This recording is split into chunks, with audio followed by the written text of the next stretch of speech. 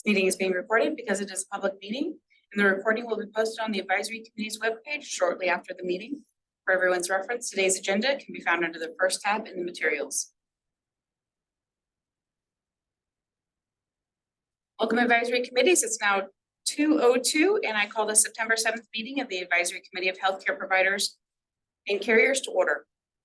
My name is Mandy Weeks Green. I'm the Board and Commissions Director, and I'd like to give a warm welcome to everyone joining us today. I look forward to engaging with each of you in this exciting work. We'll begin with a brief overview of the agenda, and we'll start with roll call today. And I'd like to use this opportunity to allow people to get to know each other. So when you're called upon, will you please let us know what's your favorite part of fall? And then we'll have several meeting minutes to approve. And that's because we we had a couple joint meetings in between our last meetings. So that left us with a couple meeting minutes to approve. And next we'll hear public comments. And after public comments, there'll be a presentation on making care primary.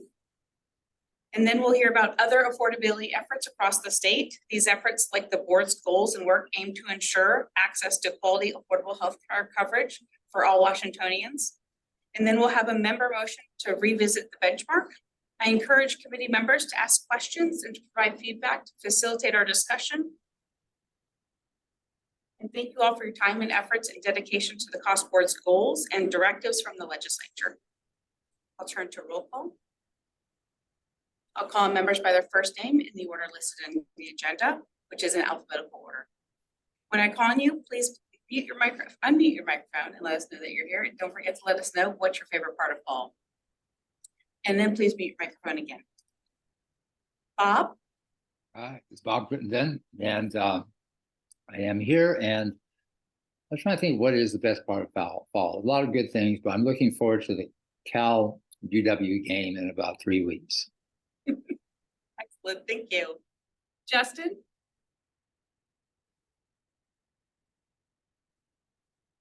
Justin? Paul? Yeah, hi, Paul Fishman. Bob stole my football piece, so I'll just say, thinking that the snow is around the corner, so skiing shouldn't be that far behind. Excellent. Jody? Yeah, I'm here. I missed the prompt. Oh, what's your favorite part of fall? College football. Man, there are a lot of college football fans here today. Go blue.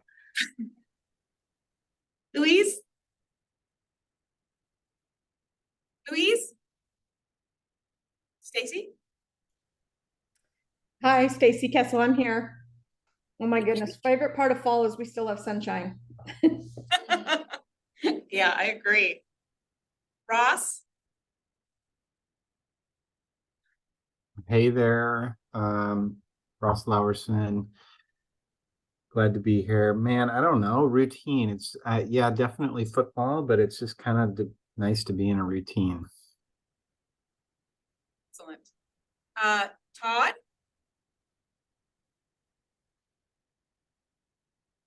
Todd? Vicky? I do believe I heard from Vicky that she's not able to attend this meeting. Mike?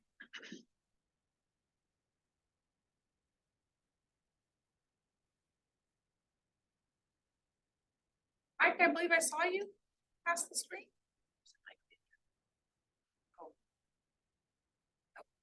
Natalia? I'm here. Favorite part of fall, probably pumpkin spice. My favorite too. Megan? Hey, Ross here. I'll jump in. You know, Megan hasn't been a part of this group for at least a couple of years.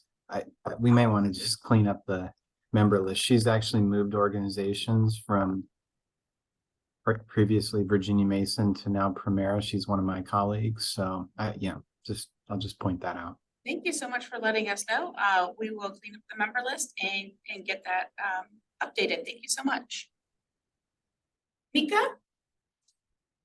Hi, Mika Sinanan here. I'm trying to put my video on, but it says that you are blocking my video. So just to let you know, And Oh. my favorite part of fall is getting some rain because we have a high fire safety risk here. And it would be nice to have an outdoor fire. Hmm. Understood. Dorothy?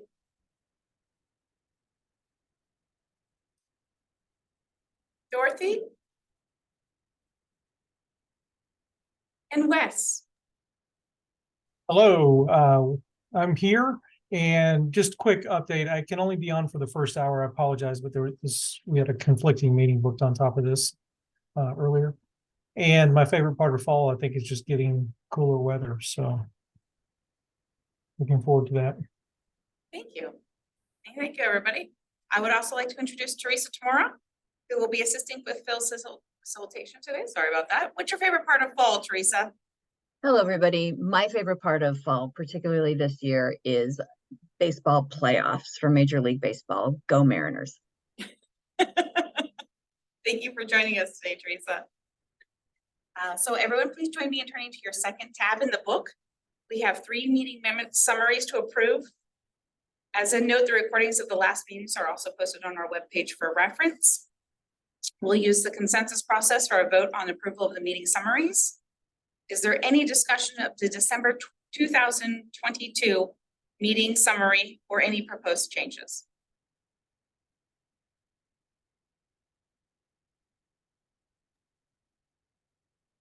Mika Sinnan, motion to approve. Thank you. Is there a second? Second.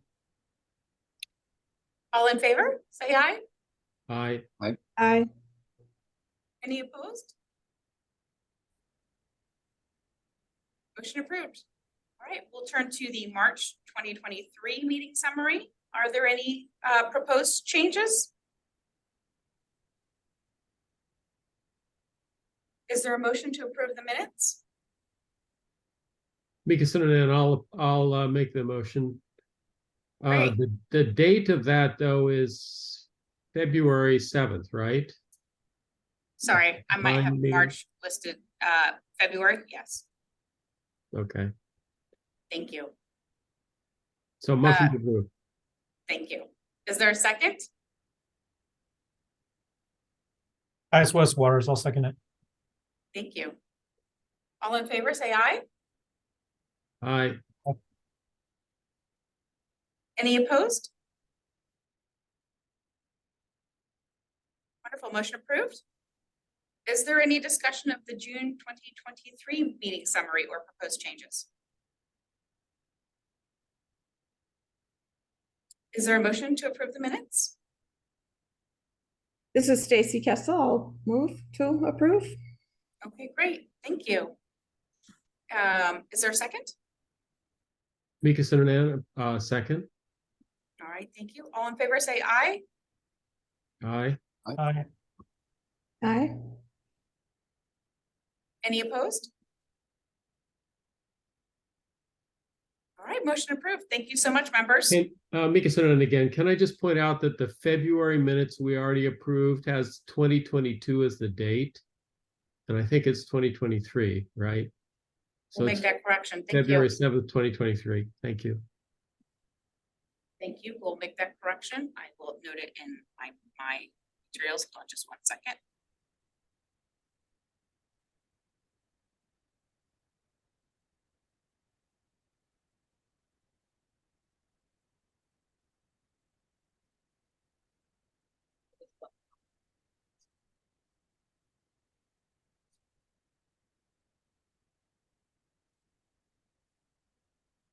All right.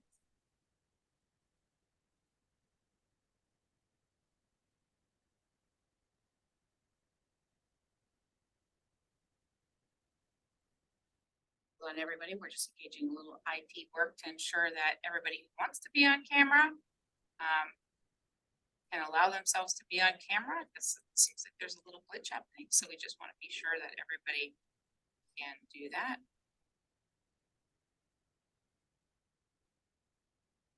Just give us a second and we'll work that out.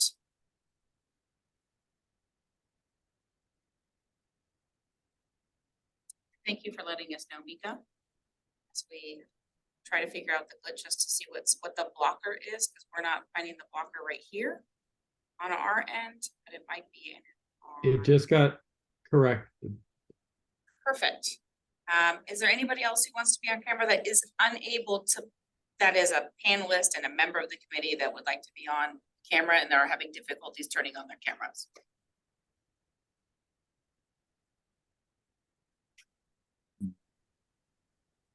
Teresa, I see you. Thank you so much. Okay, great. Thank you, everyone. Sorry about that while we are taking care of that behind the scenes. Excuse me, one thing on the June, I think the 7th meeting, I was actually recorded as not being attendant, but I was on the call that day. June 7th. Mm-hmm. Thank you. Thank you for letting us know. I'm sorry, That was Bob Crittenden. Bob. Oh, thank you, Bob. Sometimes it doesn't always catch everybody. So in Zoom, it doesn't always capture everybody. So we'll go ahead and make that change. And thank you for letting us know.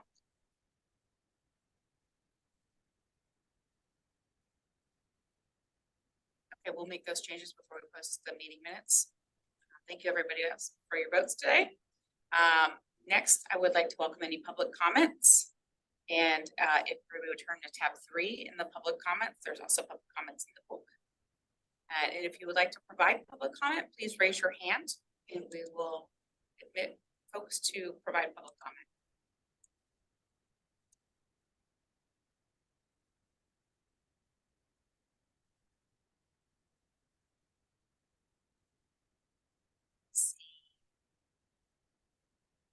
Ashlyn Strong. You should receive an invitation to allow you to become a panelist. I have sent that out to you.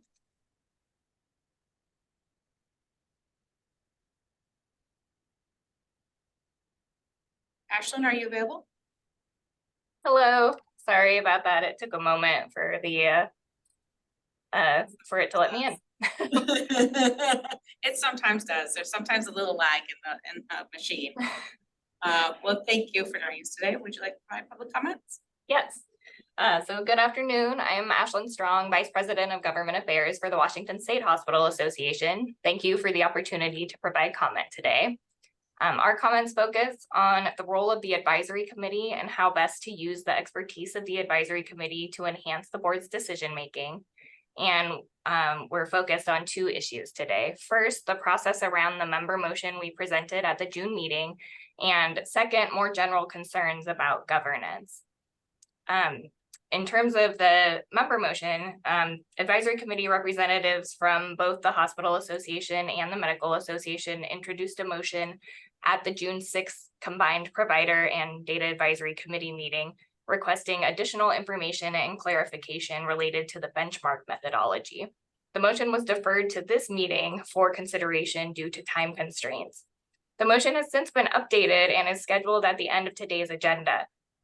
We would appreciate that staff ensures that there is enough time to adequately discuss the motion as it addresses questions that are important to our understanding of the benchmark and that process. More broadly, we'd like to address our concerns about governance and the role of the advisory committee in the decision-making process. For instance, last December, the committee members requested the creation of a more formal process to develop and submit recommendations to the board. At that meeting, the committee also passed a motion to recommend to the board that the board request a written contribution from the committee that would be included in the board's annual legislative report. As far as we are aware, there has not been follow-up to date regarding either. It is still unclear when and how committee members can provide recommendations or request clarification, and whether and how this is conveyed to the board. We are concerned about the governance structure being used to drive this process forward and how committee members are able to meaningfully contribute. We respectfully request clarification on process for the committee's role, when recommendations are needed from the committee and how those recommendations are given to the board, and follow up on the board's consideration. Thank you for allowing us to comment today. Thank you. Let's see if I see any other hands raised.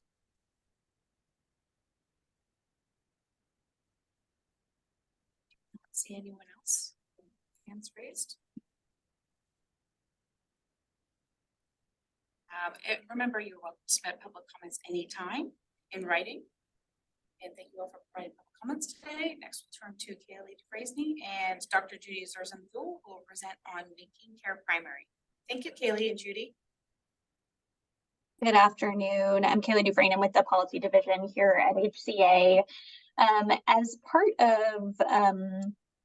As part of your job to help advise the Healthcare Cost Transparency Board, we wanted to make you all aware of an opportunity from the Center for Medicare and Medicaid Innovation here in Washington State to really help support the primary care infrastructure, to really create more sound investment in our primary care teams to help to support reducing costs and helping get patients into the right care setting at the right time.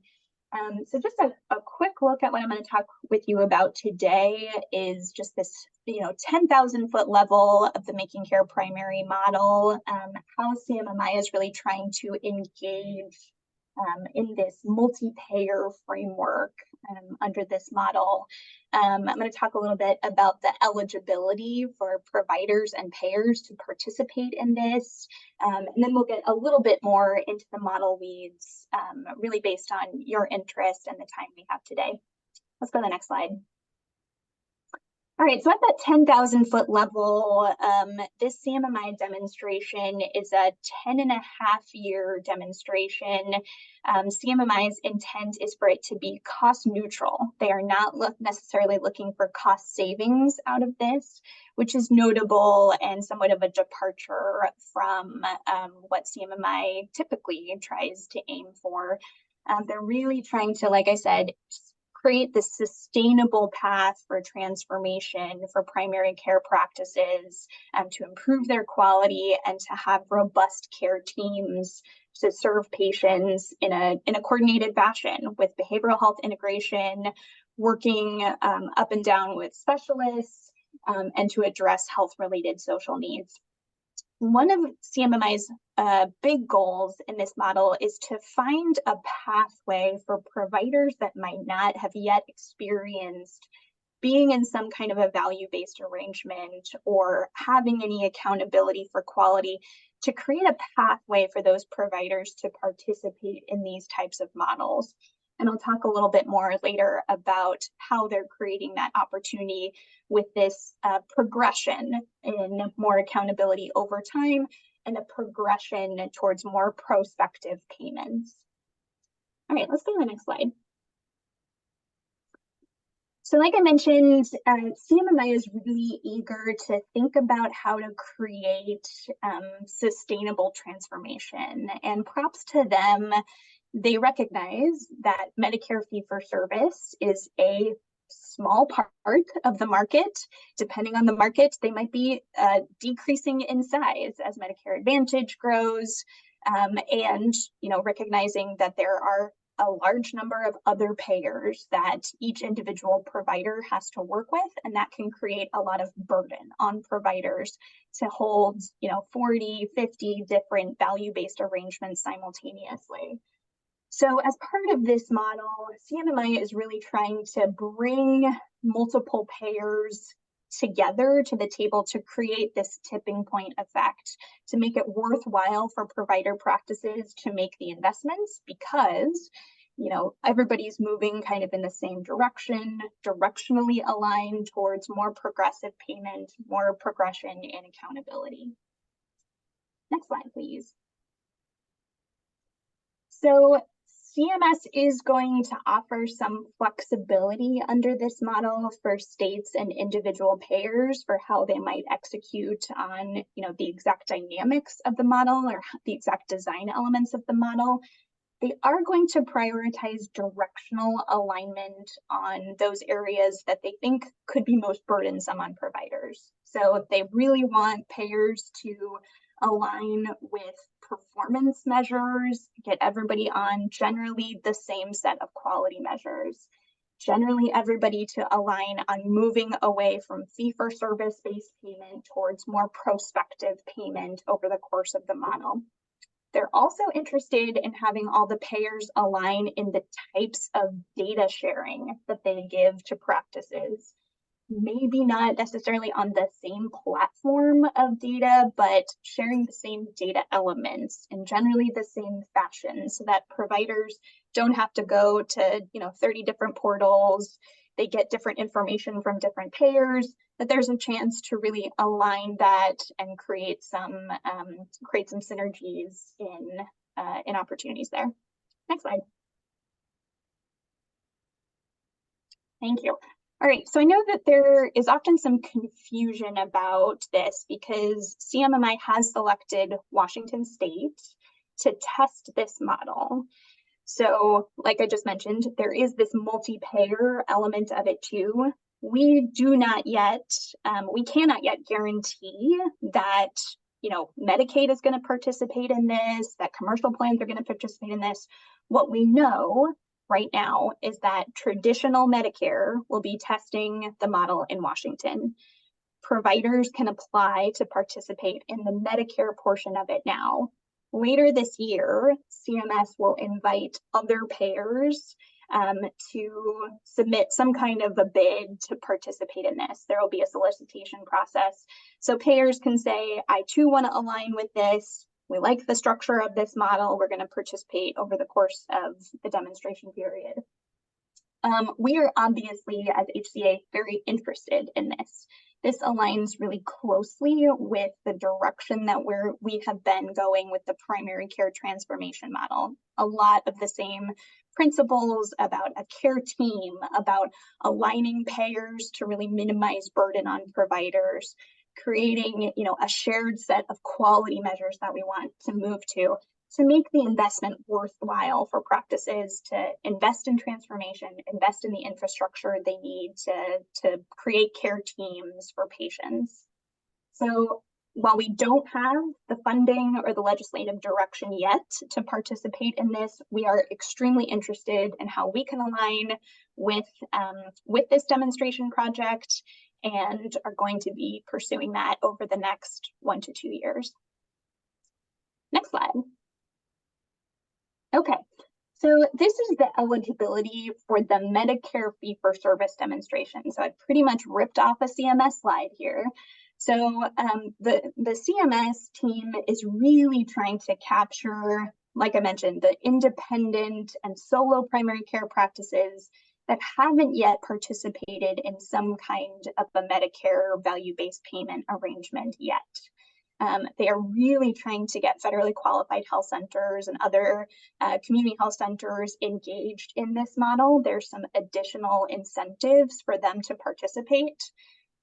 Organizations have to have at least 125 attributed Medicare fee-for-service beneficiaries to be eligible to participate in this. So who is not included for the Medicare fee-for-service portion of this? Rural health clinics, concierge practices, grandfathered tribal FQHCs, and they have also excluded anybody that's participating in some other kind of CMMI or CMS demonstration program. That includes the Medicare Shared Savings Program, though there is some opportunity if a provider entity is currently under MSSP, they could participate in both for about 6 months, and then they need to decide which path they're going down, making care primary or stick with the MSSP program. So I want to highlight here, hence my 2 big blue stars at the bottom here. This is who's eligible on the Medicare fee-for-service side. Medicare fee-for-service has operational challenges that meant they couldn't include the grandfathered tribal FQHCs or the rural health clinics.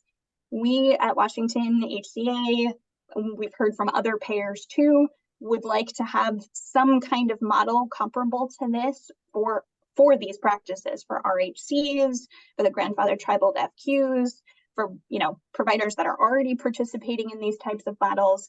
And of course, pediatric practices is a big exclusion here. They're not going to have the level of Medicare beneficiaries eligible to participate in this, but we would not want to exclude them from either the commercial or Medicaid alignment opportunities. Next slide. All right. So now we're getting into the opportunity that I mentioned for how CMS is thinking about creating this pathway towards participating in value-based care arrangements. So CMS is offering, over the course of these 10.5 years, providers can elect into these tracks and will advance along the tracks throughout the course of the demonstration. So in track 1, the purpose is really for providers that are participating to build up their infrastructure, to create, the capacity of care teams, to develop their workflows for health-related social needs screening, for referrals and coordinated care. In track 2 is where they take more steps towards accountability, towards really implementing these advanced primary care best practices that we like to see. And then in track 3 is when they continue down this path and are accepting more accountability, more prospective payment over time. So track 1 is really for providers who have not participated in any kind of models before. They need that time to build the infrastructure. Providers can settle in track 1 for 2.5 years, track 2 for another 2.5 years, and then on to track 3. So they are time bound to move along in this progression. Next slide. Okay, this is a super high level summary of how the payment model works over the course of these tracks. So in track 1, the majority of the primary care payments are still in straight fee-for-service. CMS will offer what they're calling enhanced investments, which is a per member, per month type of payment to support care coordination, team-based care investments, etc. There is also a small bonus potential available to providers in track 1, mostly for reporting, maybe a little bit for performance on a certain set of measures. And then over the next 2 tracks, you see the introduction and increase in prospective payments and a decrease in those enhanced investments over time. That decrease in enhanced investments, just by the picture, is a little bit misleading, because the idea is that that money gets built into that prospective payment rate. The other thing you'll notice here over the course of track 2 and track 3 is that bonus potential for quality gets much, much higher. And we'll talk a little bit, I'll give you a little more detail. Let's go on to the next slide. All right, so these are the different payment types. I touched a little bit on this, but let me highlight the couple that we didn't talk about in the last. I want to say a couple more words about the performance incentive payments. That's that bonus category in orange that was on the last slide. So this is upside only incentives, really designed to reward for improvements in patient outcomes. There's also some utilization and cost metrics built into that quality bonus section. We'll show you the quality measures that Medicare has in mind in a little bit. CMMI is offering an upfront infrastructure payment to certain qualifying practices. This will be based on size, maybe rurality, ability or history of participating in these models in the past. So there is some potential funding available to certain providers to make additional investments to participate in this program. One thing we have not yet touched on is a really interesting specialty care integration strategy in this Making Care Primary model. So CMMI wants participating practices to really build up their referral network. They intend to share some data with the practices that are participating about the quality of care, kind of the history of the available specialties around them. It's going to be a certain subset of specialties. And they're interested in primary care practices and specialty care practices creating these, formalized MOUs or care compacts about how they intend to work together. Participants in the model will also be eligible to bill some special code sets. So e-consult codes for primary care providers who are participating in this for the time that they spend coordinating with specialty care practices. And then for specialty care practices, some ambulatory co-management codes that are built in that they can bill for the time that they spend coordinating with primary care practices. Next slide. All right, we talked a bit about this. We can go into more detail if there's any questions, but let's keep moving for the sake of time. Awesome, thank you. All right, so this is the performance measure set that CMMI has selected. Like I mentioned, they are interested in payers aligning around this set of measures. That said, they do acknowledge that other payers are going to have other populations that might require additional quality measures on top of these. The obvious example is children's health measures. Another great example is substance use disorder measures for prenatal and postpartum care and general maternal health outcomes. So that said, the list that they've chosen on the Medicare side, these probably look very familiar to all of us.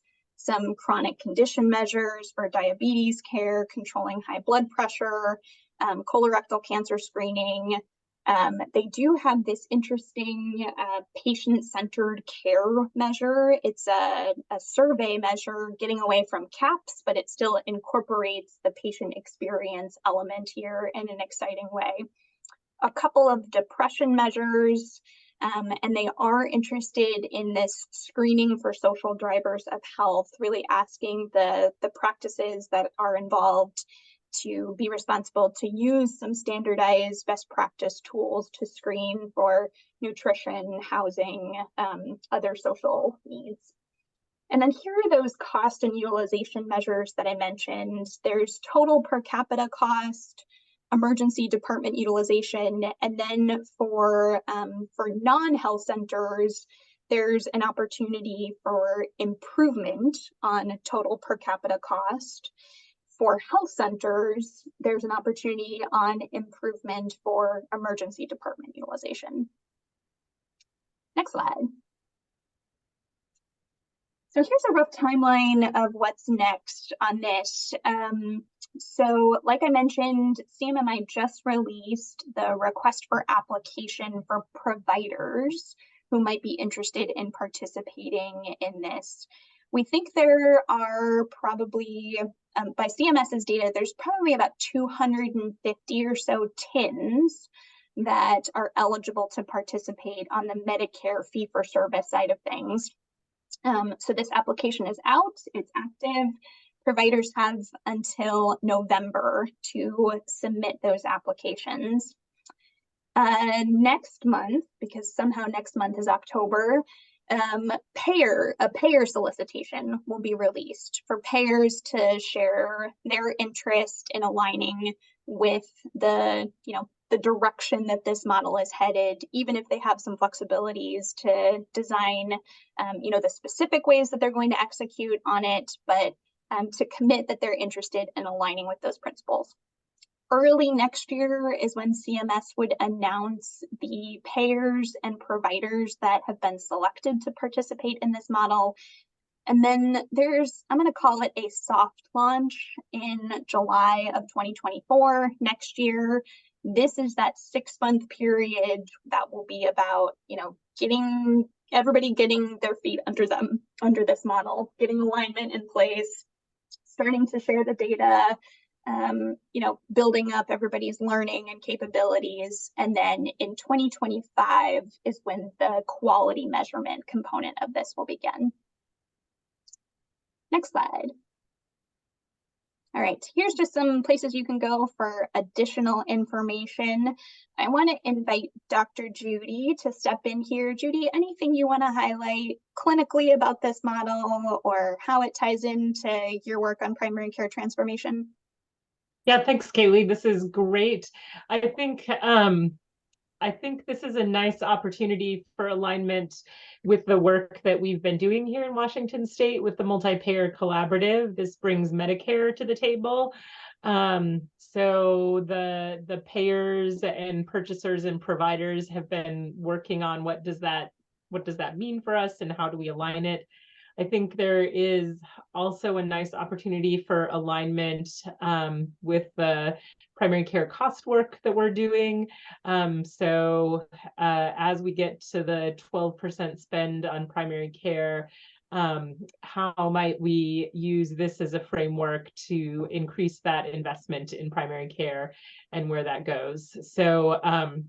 So we are working on some things that will help make clear that this is all one big primary care effort. But excited to share this opportunity with all of you and want to see if you have any questions.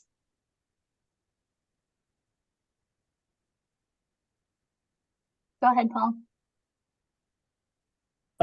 I am curious whether or not what CMS's evaluation strategy is and what role you will play in ensuring a successful evaluation. Great question. They have not spoken with us about being involved in the evaluation process, unless Judy, you've heard otherwise. No. Yeah, so great question. We are not going to be involved.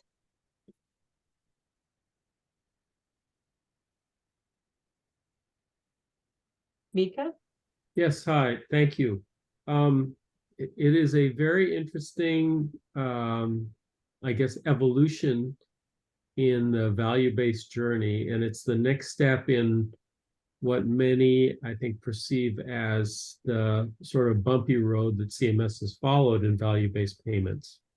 So a suggestion, it would be helpful to kind of put this in the context of where CMS has been in the past when you talk about this. So here, this is what they tried, what worked and what didn't work. And there were many situations that didn't work and how this is different. The second, but my question really is, the work we've undertaken as the board and the advisory committee to the board is really hard work already. And we've been talking about how hard it is. Even the paper today had an article about 9% increases in the costs of healthcare, and we'll be hearing about that later in the agenda. I'm worried about adding more and more stuff to the work that we are responsible for and doing, and becoming so diffuse that we lose our focus, because that focus is going to be critical to being successful in our primary goal of reining in the cost while preserving access and quality. So that I think is a big challenge. Thanks, Minka. Appreciate those comments. I will note, if you are interested in seeing how this model builds on the lessons learned from Primary Care First and CPC Plus, some of the other models that CMS has tried, they actually have a decent primer on that on this Making Care Primary website. So I encourage you to check that out. They really do talk about the evolution in their learning, which has brought them to, for one, this multi-payer approach that they're attempting. So thank you for those comments. We really appreciate it. Bob? Hi, Bob Crittenden here. First of all, I'm glad to see that CMS is getting Medicare involved in this whole process, and that's good. I guess my question, and I think that it does build on a lot of discussions, activities that even some of the clinics at Harborview, when I was there, we were developing a system that would complement this very well. But my question is, how pervasive is this? How many practices are they really going to engage in Washington? And how does, talking about a tipping point, if it's a few clinics, we've done some things before, and they sometimes tip, but they sometimes don't. So I'm wondering about this, the volume, how you're approaching it, how it meshes in with the state's incentives in a way that can be complementary. I'll go on mute and look forward to your answer. Thank you. Thanks, Bob. Such a good question. So CMMI identified somewhere in the range of maybe 250 individual TINs that they think would be eligible to participate in this demonstration, at least on the Medicare side. Obviously, that excludes, pediatric practices and others that other payers would participate in. So 250 is actually a respectable number. And we think that's, there's good opportunity there. On the multi-payer aspect of this, that's a little more unknown. Like Judy mentioned, we've been engaging this multi-payer table for many years now in this same type of conversation. How can we align our efforts, towards directionally moving towards advanced primary care and a payment model that supports that type of transformation?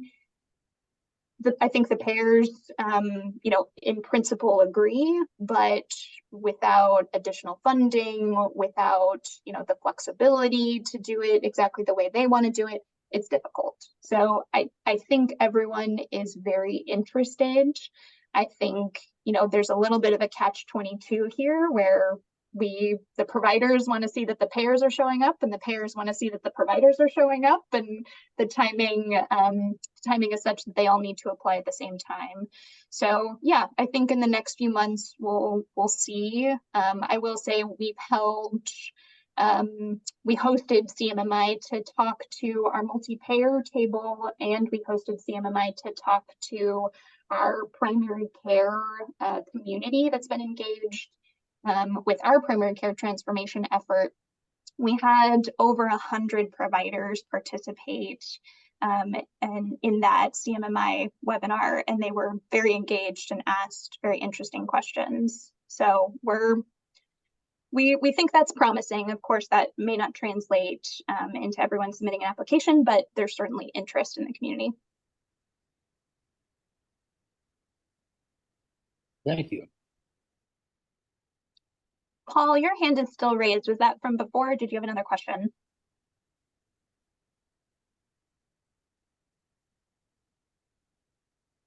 It was from before, but but I'll just echo that. One of the reason I asked about the evaluation is that, I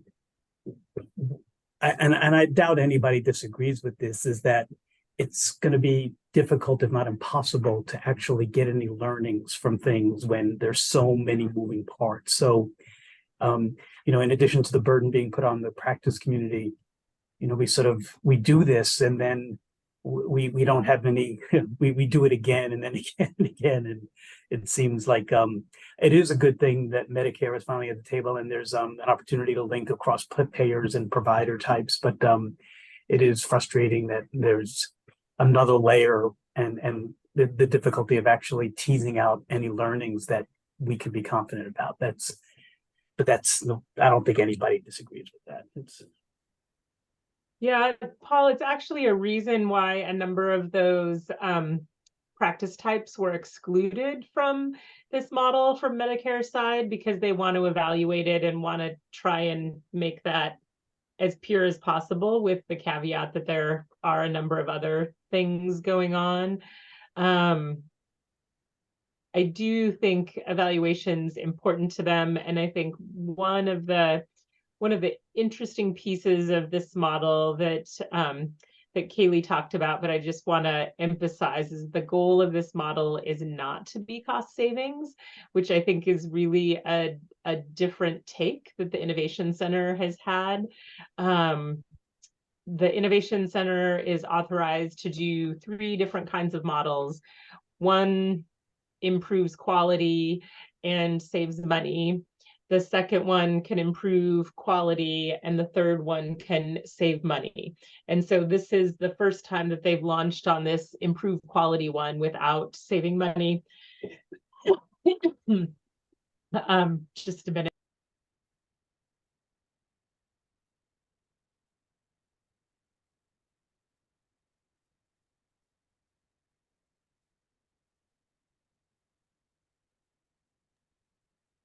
Sorry about that.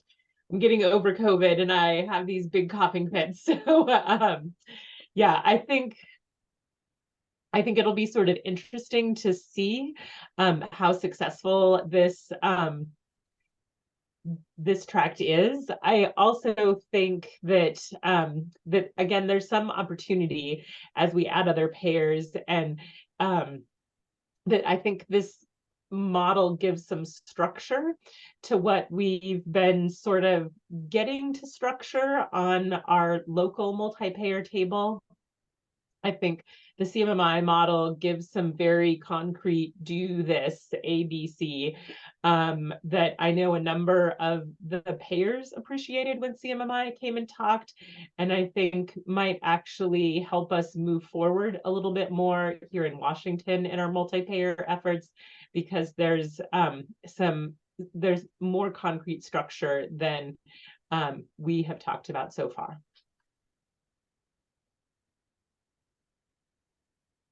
Thanks, Judy. Mika? Yes, thanks. Since somebody else has their hand up, you presented this as kind of an opportunity. So the question that I have, and I guess everybody does, is the CMS is going to do this. That's not a question. And it's going to be implemented in our state because Medicare fee-for-service is going to do it. So it's not a matter of, are we going to do it? The question I think you're asking is, should it be under the auspices of the board and this advisory committee, or should it be somewhere else? Is that your question? Or is your question that we use this as a primary or major mechanism for achieving our primary care goals and implement this instead of, or very closely aligned with the work that the primary care committee is doing? So just to clarify what your question is for us. Yeah. Yeah, thank you. I appreciate your clarifying that. First, just to clarify, CMMI will test this model for Medicare fee-for-service if practices show up. I think that's still a question mark if we're going to have practices apply to participate in this and stick in the model over the course of the demonstration. So that is one unknown that's out there. But to your broader question, and it's such a good one about how this fits into the cost board's work and the primary care advisory committee, we are going to bring this to the primary care advisory committee too. I think today was really just to give you the information that this is out there.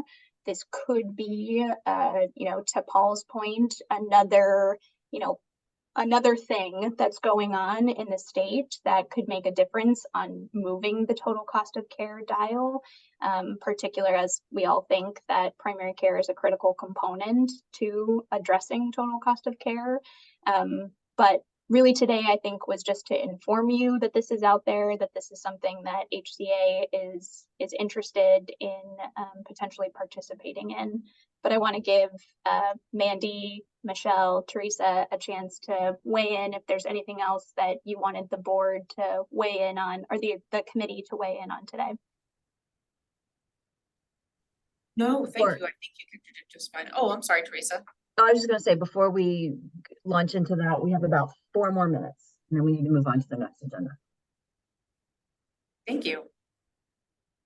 Kaylee, I think you described it nicely, that this was information for our board. This advisory group is providers and carriers, so potential participants, if you have interest in the Making Care primary model.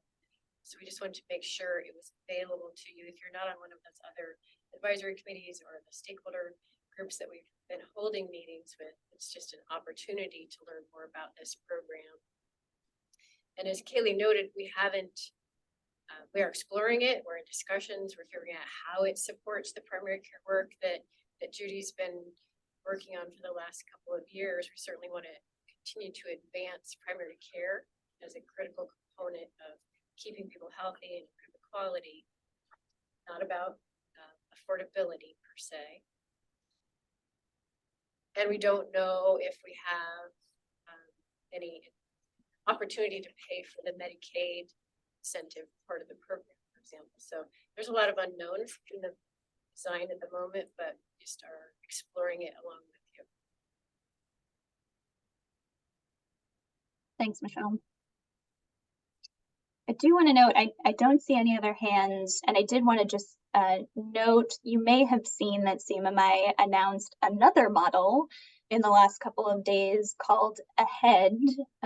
Whoever does their model branding deserves a bonus, I guess. So Ahead is it's intended to be a total cost of care model that includes, many of these same kind of primary care investments that we've been talking about under Making Care Primary. Some of the goals about upfront payments to those providers. It also includes goals to transition hospitals into global budget arrangements, and then sets some overall cost growth targets for total state spending, for Medicare spending. So just wanted to call out that that model was announced. I don't think it's something that Washington intends to pursue at this time. I think we've heard from many of our hospital partners that the transition to global budgets might not be a viable option at this time for them, but we are staying in close touch with CMMI about all of these options that they're pursuing and how they're thinking about kind of moving along this value-based payment spectrum over time. Any other questions?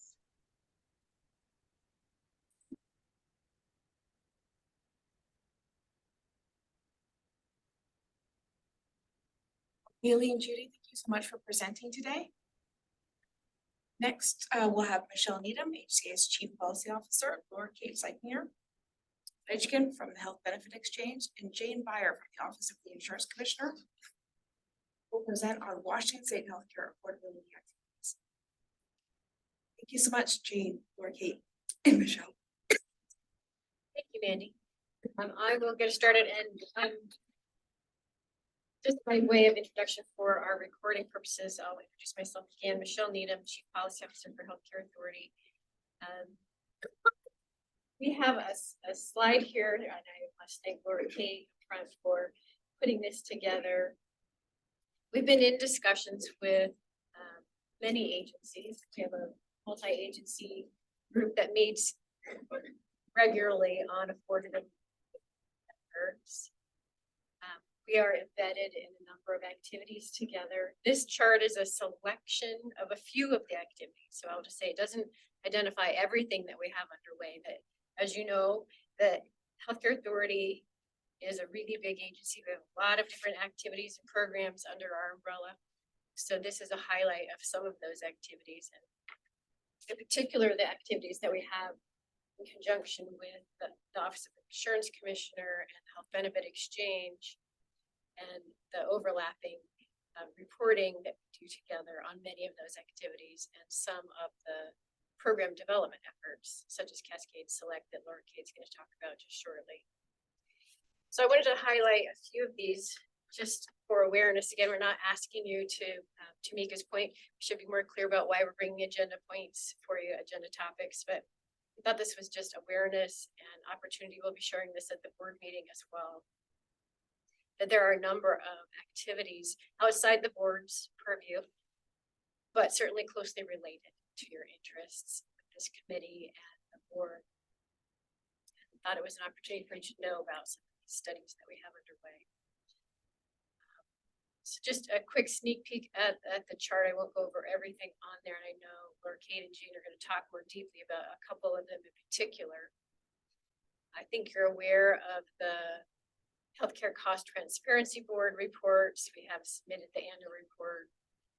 It was really just a summary of the activity for the year, since there were no decisions or recommendations yet in this early phase of the work, highlighting that the Public Employee Benefits Board and School Employee Benefits Board programs did do their rate renewals and selection in their July board meetings, and those are adding to our understanding and overview of rate activities and affordability increases, if you will, across the state.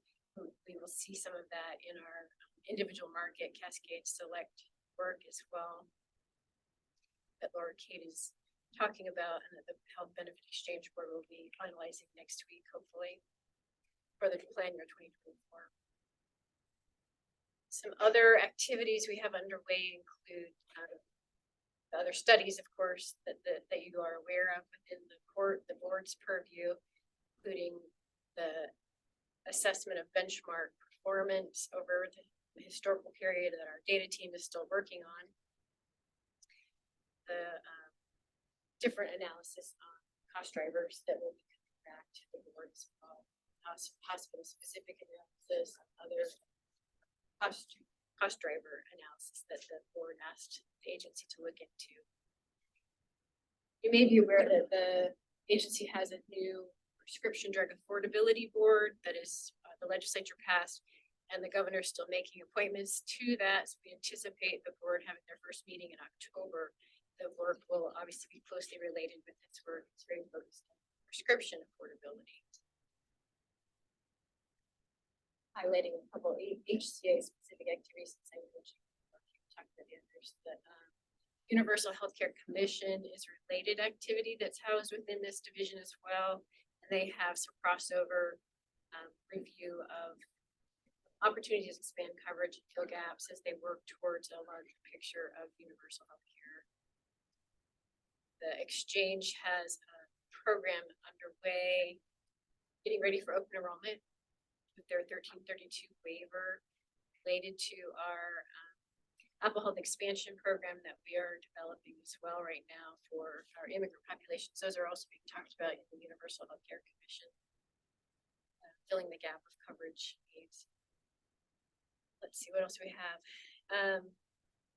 OIC will talk about the affordability report that's coming and have an extensive conversation around that. It intersects a lot of activity that we have underway across all of the agencies, including the Attorney General's office on that. A couple of other reports coming that cross over between HBE and HCA and the board around the performance with Cascade Select, some opportunities to refine that criteria, and some additional legislative reports and assignments that we're still working on. We have about 70 different legislative reports within the agency per year, so we've only identified a few that are specific to this purview, but we can certainly bring a broader list if you wanted to see all of the reports that we try to work on every year. There's many other activities that certainly span the programs that we have in the agency.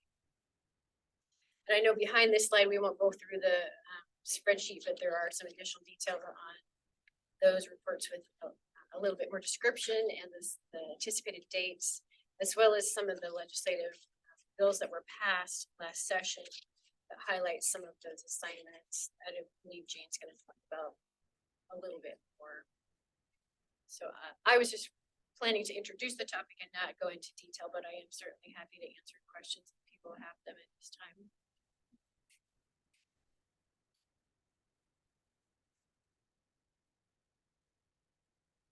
Don't see any hands, so I will transition to Laura Kate.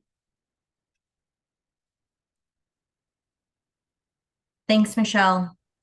Hi, everyone. Thanks for having me here today. My name is Laura Kate Zeichkin. My pronouns are she, her, and I'm a senior policy advisor with the Washington Health Benefit Exchange. I want to thank the Healthcare Authority for inviting me to speak to the advisory committee today. Really, to focus on the affordability landscape specifically for the exchange. I think that what Michelle just outlined in the variety of reports that are due to the legislature, as well as other activities, many of which this committee or the members on it are engaged in, really demonstrates that the legislature, state agencies, and other entities across Washington state recognize that healthcare is unaffordable for too many Washingtonians and are looking for solutions. So today I'll really talk about kind of the affordability issue that exchange customers face, and then zoom in and review efforts to ensure access to affordable coverage on the exchange, really with a focus on Cascade Care, which is our collaborative effort with OIC and the Healthcare Authority to impact affordability for customers on the individual market. Let's go to the next slide. So I think everyone is pretty aware of what the exchange is, but just wanted to provide a reminder that the Washington Health Benefit Exchange was created in 2011 as a public-private partnership. And we're really responsible as a state-based marketplace for the operation of Washington Health Plan Finder, which is our online marketplace for individuals and families to find and enroll in qualified health plans or qualified dental plans or access Medicaid via the exchange. So as this door or entry point for Washingtonians, we have about 2 million people, or 1 out of every 4 Washingtonians, that are using Health Plan Finder to get health insurance, whether that's qualified health plans or to access Medicaid. It's important to note here, I think, at the top, that the individual market, which, you know, a majority of individual market plans and enrollees are available through the exchange, it represents really only about 4% of the Washington market when we think about Medicaid, employer-sponsored insurance, and more. The exchange is a tiny slice of that. However, the customer needs are great. Customers who are accessing qualified health plans typically are those who, you know, cannot access insurance through their employers, or who are unemployed and make just a little bit too much money to access Medicaid. So let's go to the next slide.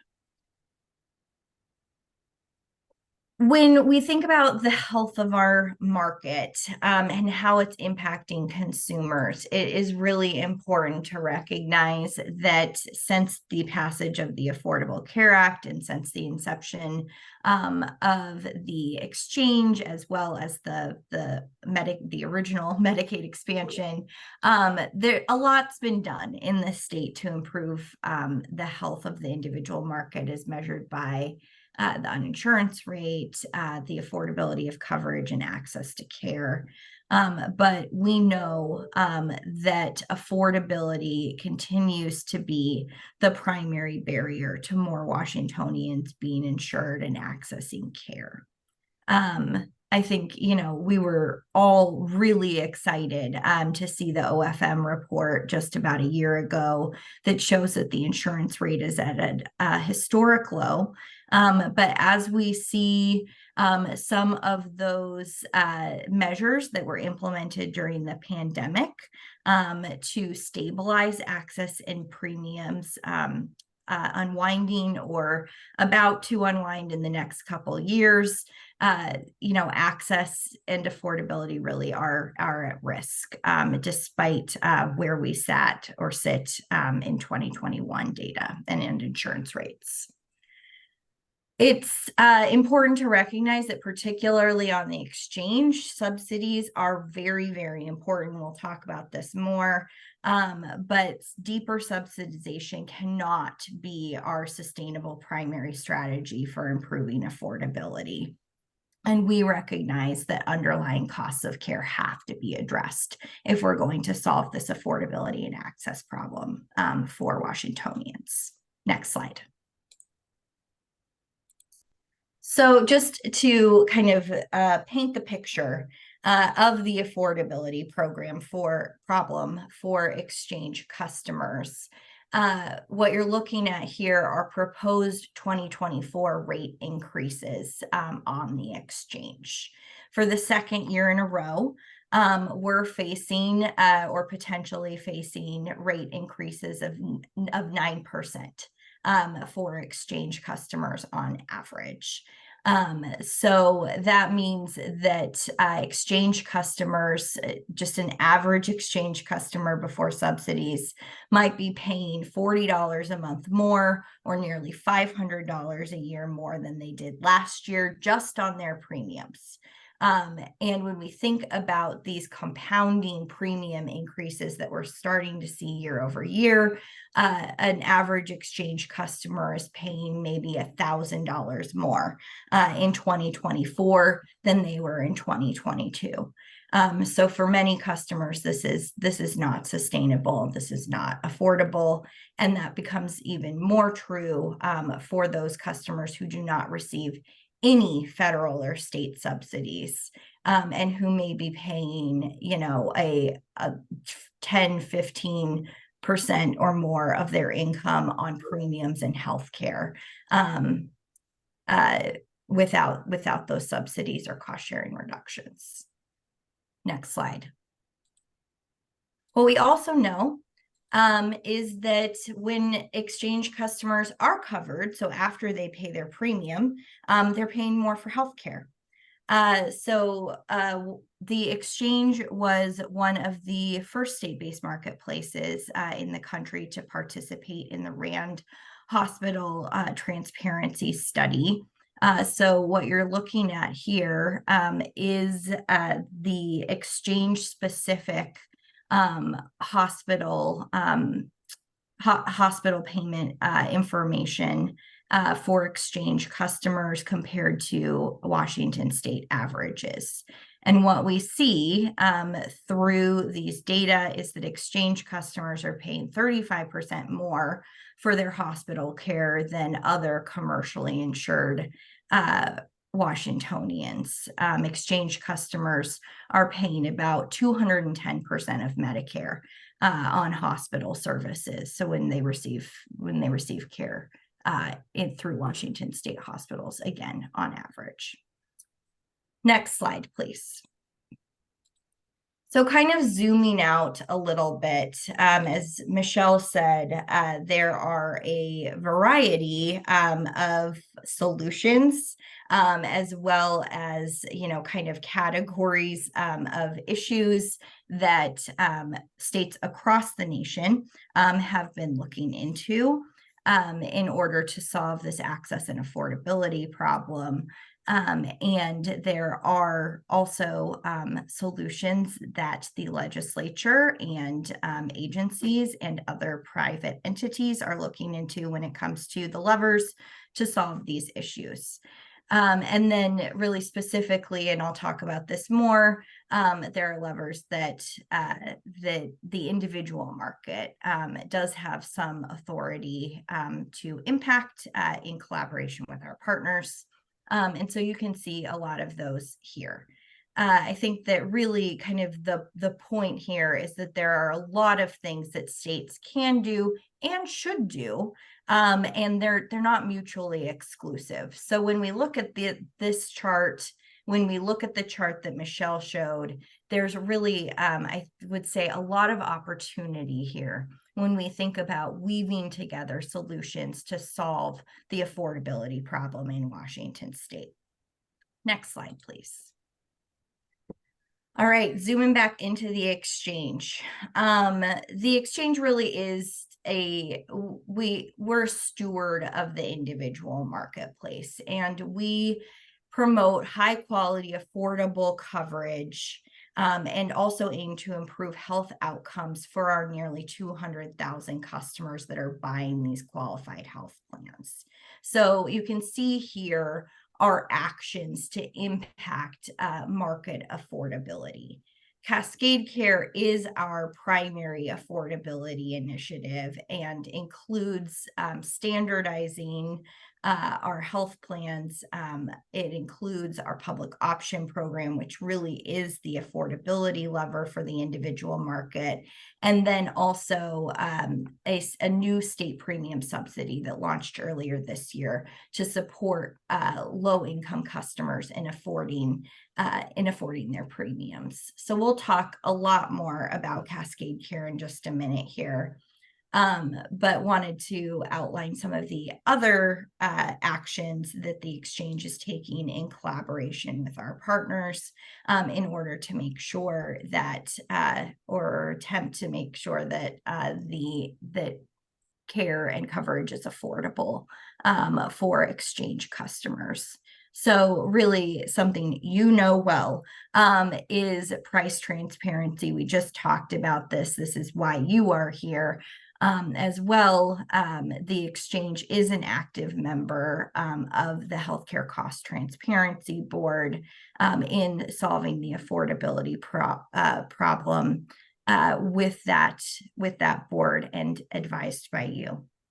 We talked about the RAND hospital pricing study. This is something that we're using to really get a lot more insight into the affordability issue and also opportunities when we think about how to ensure that healthcare costs are and how they're impacting the exchange.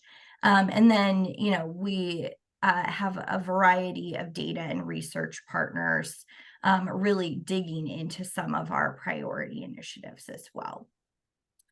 Affordability is right now a lot of the affordability mandates that we have that are really critically important, but not necessarily sustainable as our primary mechanism is premium assistance.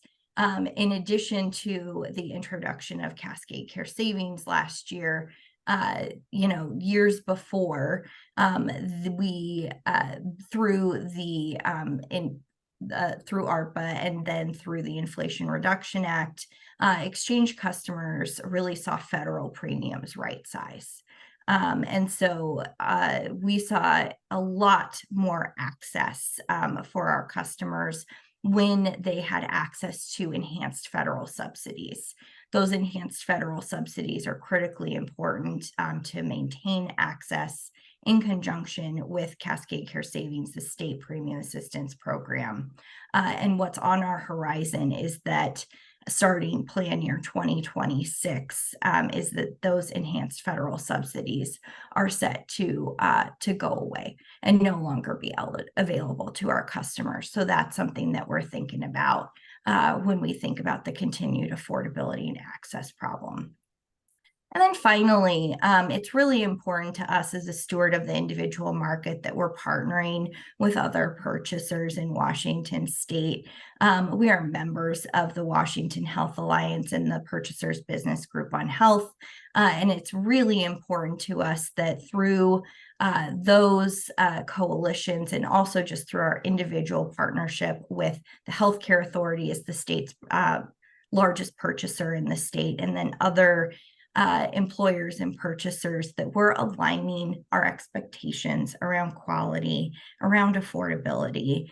You just talked about primary care. That's a major focus for us as well. Next slide. Let's dig into Cascade Care, which is our primary affordability initiative. Just as a quick overview of Cascade Care, we know that many Washingtonians don't get the health coverage and care that they need because it's too expensive. So Cascade Care is the state's effort to make health coverage accessible and affordable for every Washington Health Plan Finder customer. On the next slide, we talk about how we do that. I previewed this a bit already.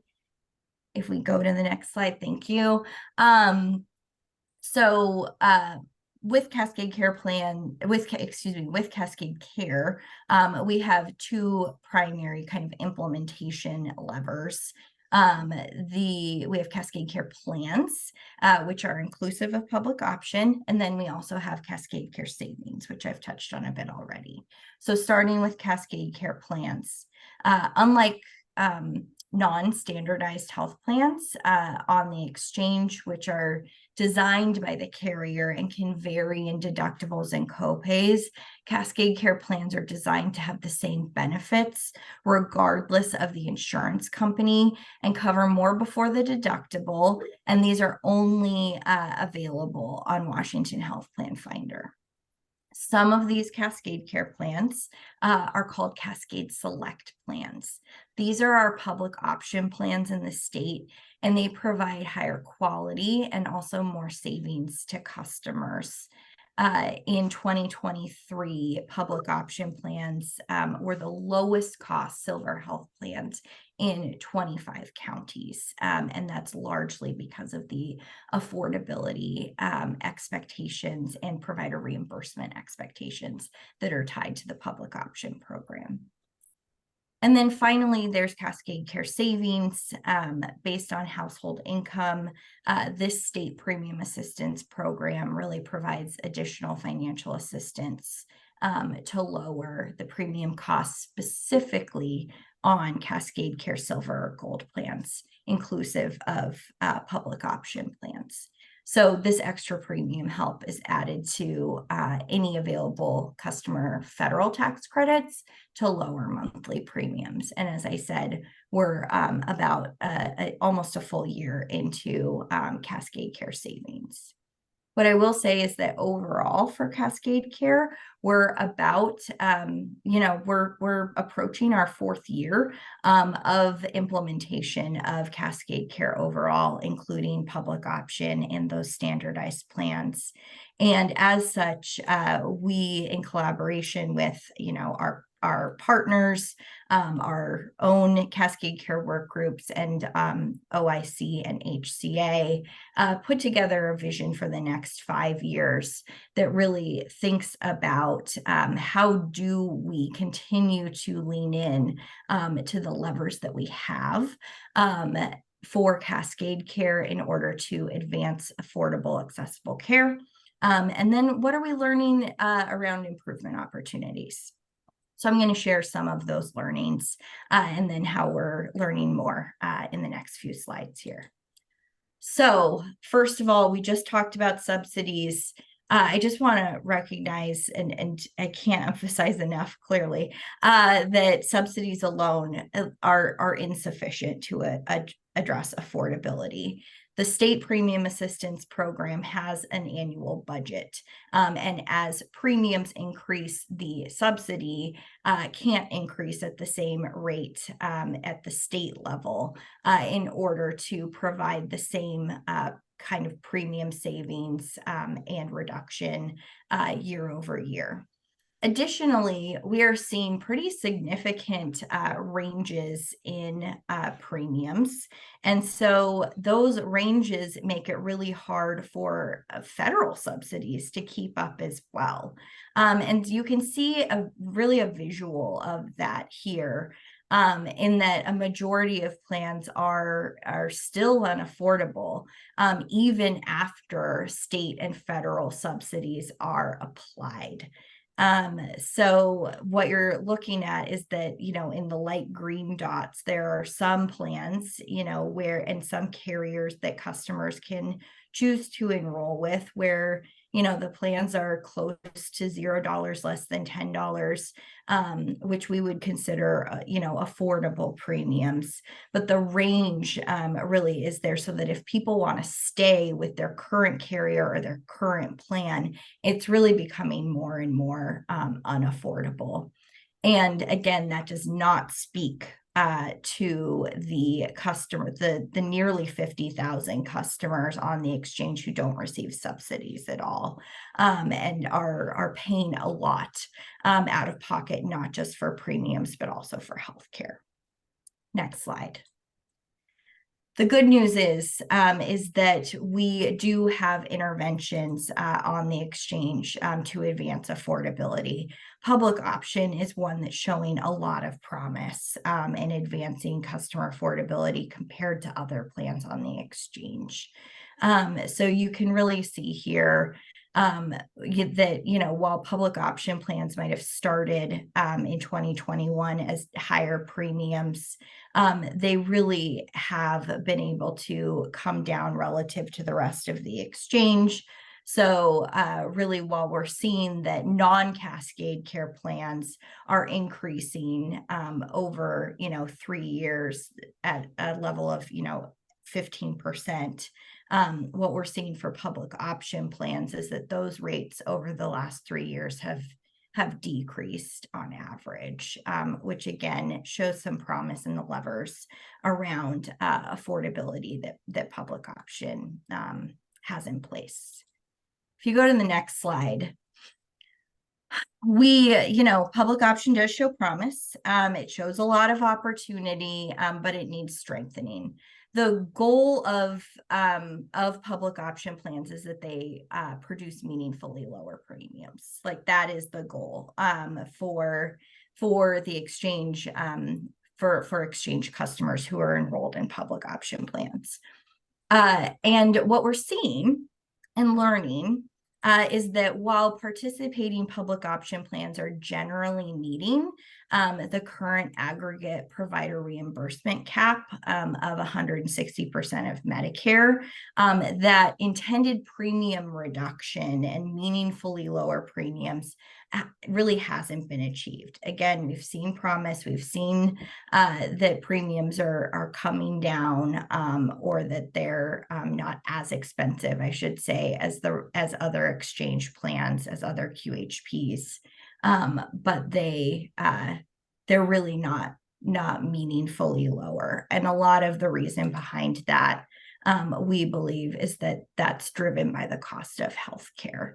And so that is something that we're trying to understand what some of the potential improvement opportunities are, and that we'll be talking about in legislative reports that will be released by the end of this year, as Michelle reviewed. Next slide. What we're also seeing is that public option isn't, these plans aren't accessible to everybody. In 2023, there was a requirement in place for hospitals to participate with one public option carrier that's offering, a good faith offer to contract with them for public option plans.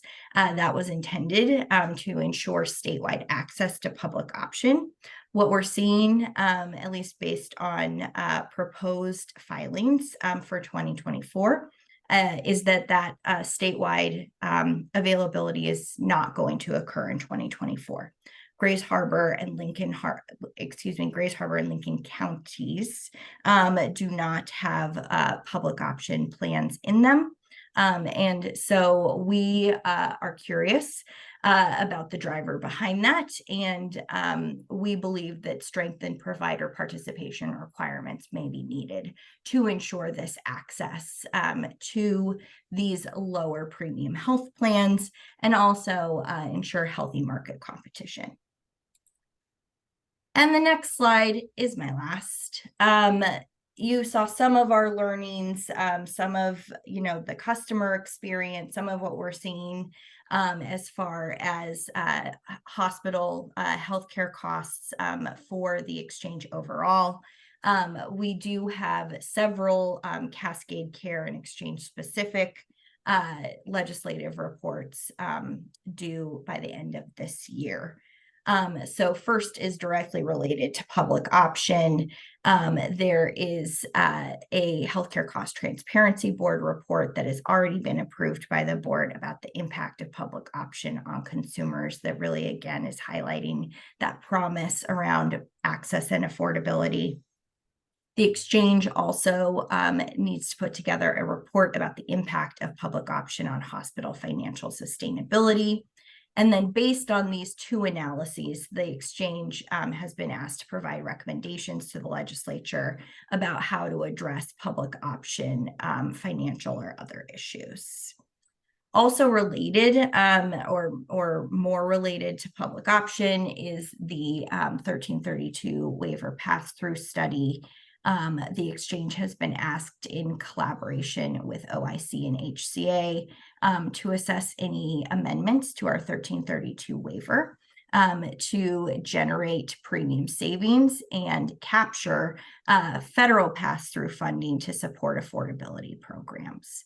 So these are all reports that you can expect to see by December 1st, if not earlier, in the case of the HCCTB report, and really appreciate your ongoing partnership as well as the broader board's ongoing partnership with all of this affordability work. Happy as there's time to answer any questions.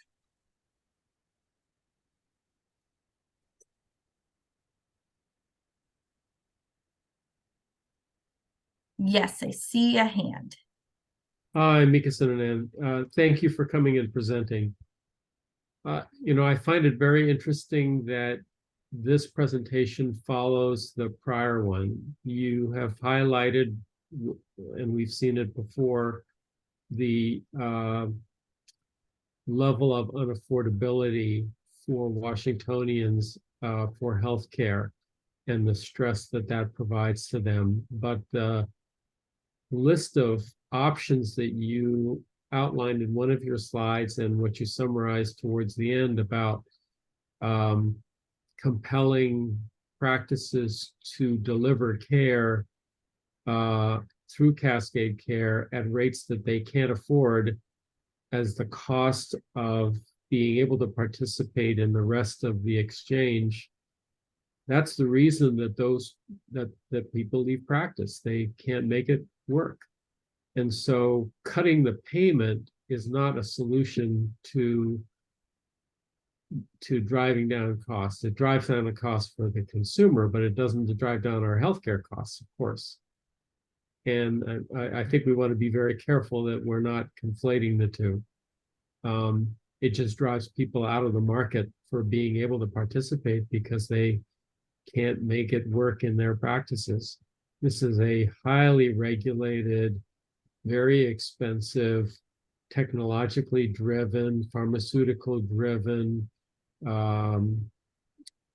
system that we work in. And the kinds of measures that will control costs are hopefully going to come from some of the detailed analyses that we've been spending the last year working on and trying to understand.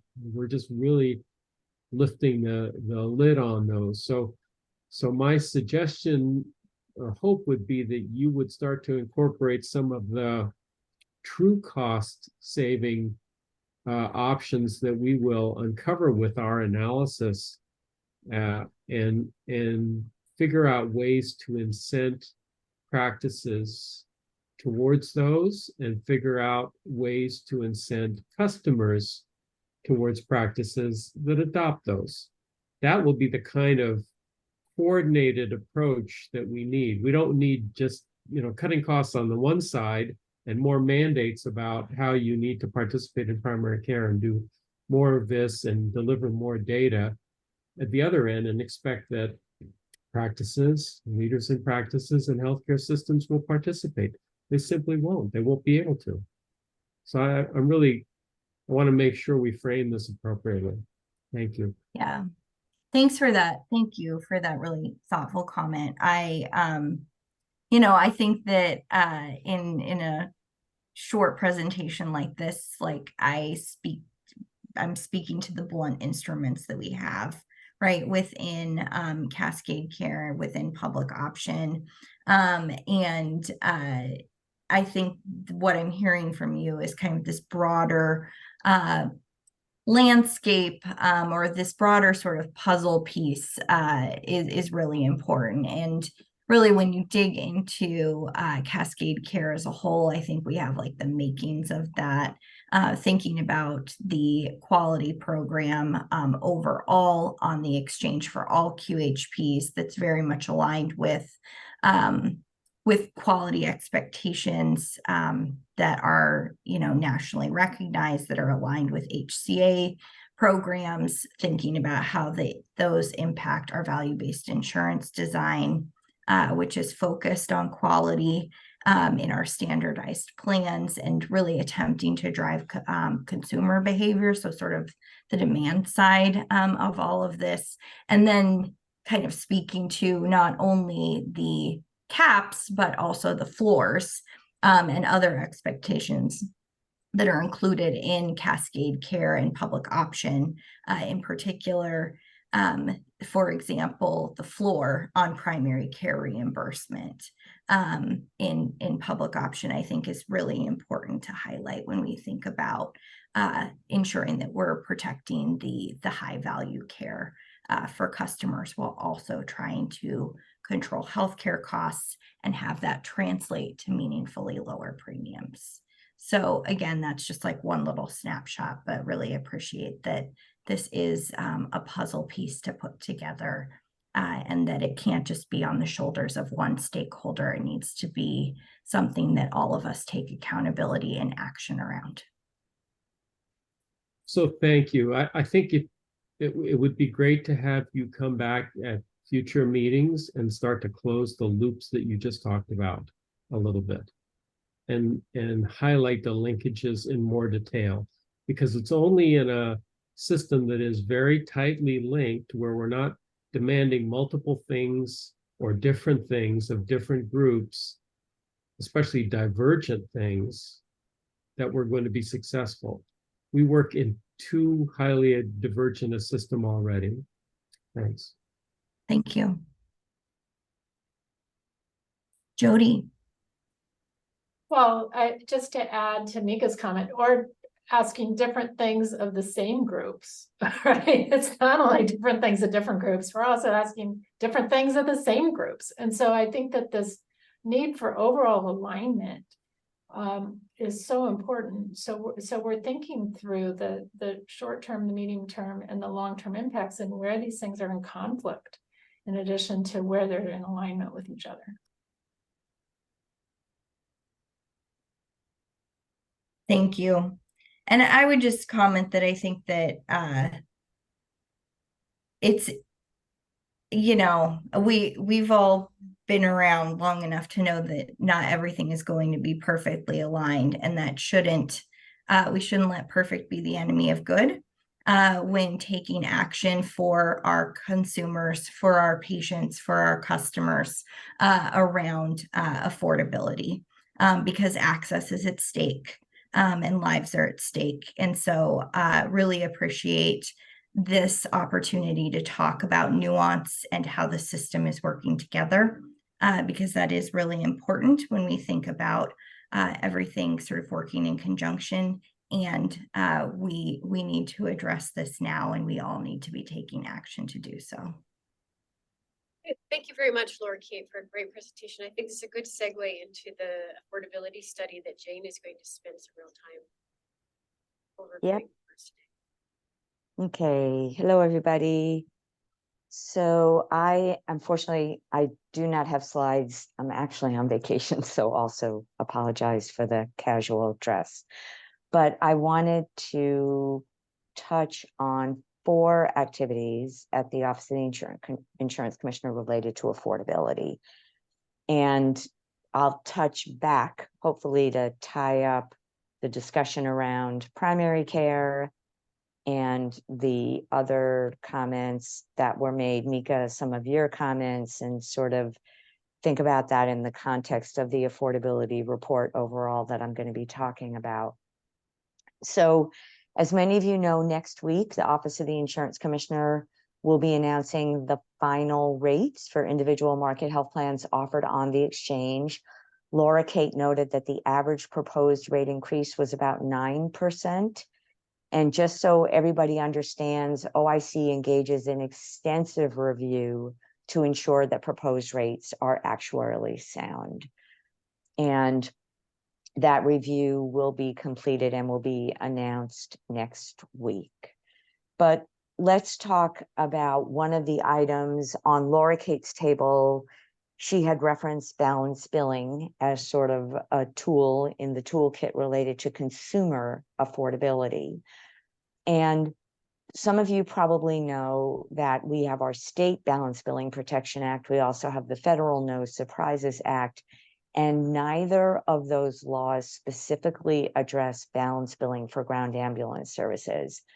And I would note that both the state legislature and Congress did not address this issue, in part because of the complexity of how ground ambulance services are organized, are funded, and are delivered.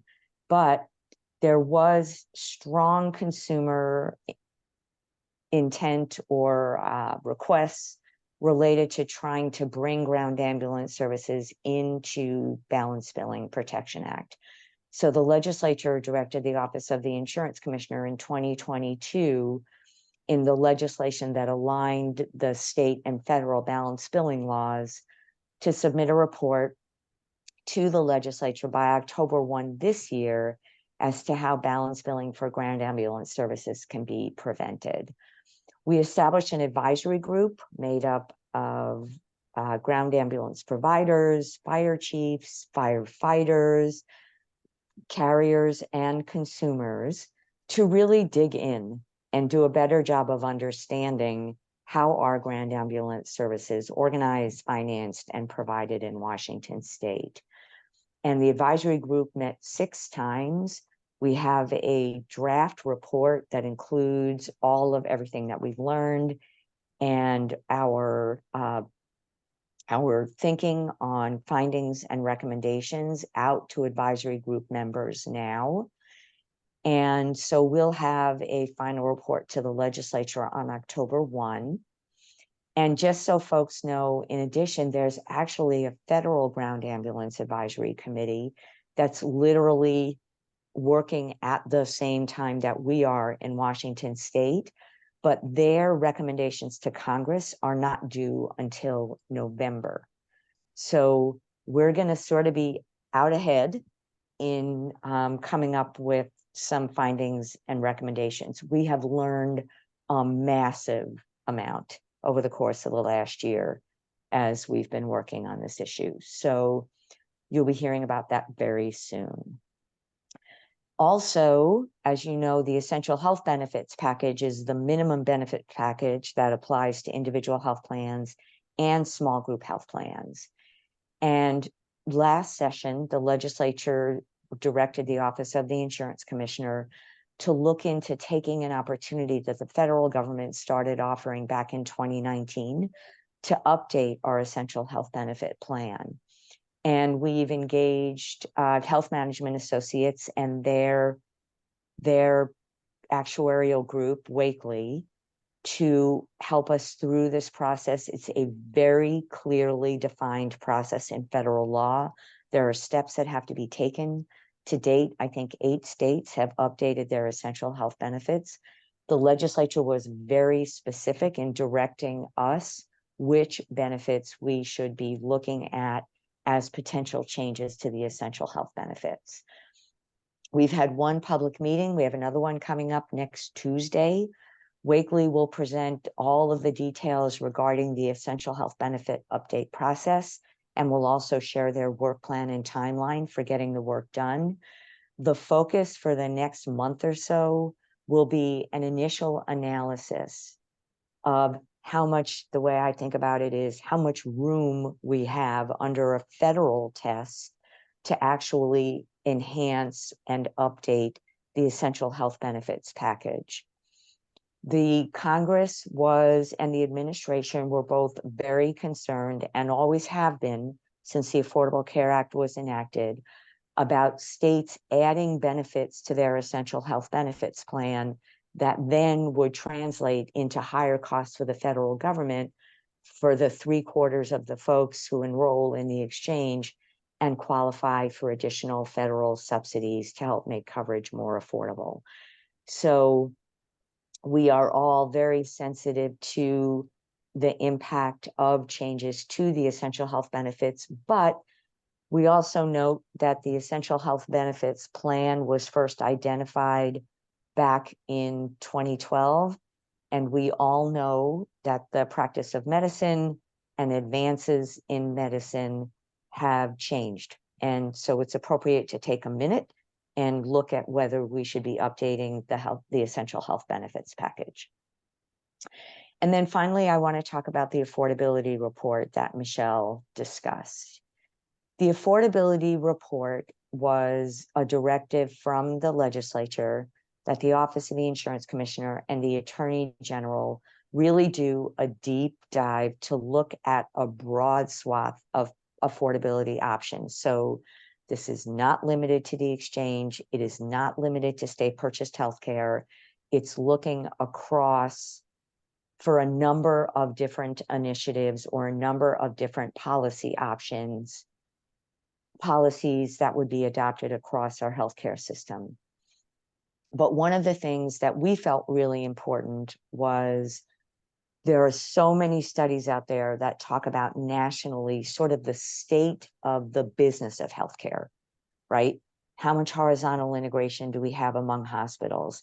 How much vertical integration do we have where we have insurance companies that own PBMs or PBMs that own insurance companies and insurance companies that own provider practices, et cetera, et cetera, et cetera. So the preliminary report to the legislature that's due December 1, 2023 is going to give us a Washington state specific baseline to identify all of the multi-hospital healthcare systems, including the numbers of hospitals in the systems, the percentage of beds associated with the systems, and also non-hospital services that are owned or affiliated with these systems. In addition, we will be looking at the percentage of practicing or licensed physicians in Washington state who are employed by or affiliated with a hospital system. We think this is absolutely critical.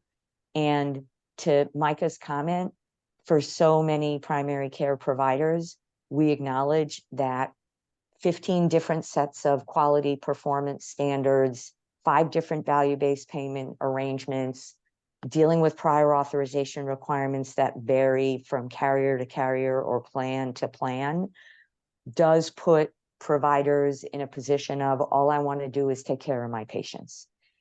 And in this current system, when a provider says, all I want to do is take care of my patients, we think about what their options are, right? One option is I sell out to private equity, to a private equity firm.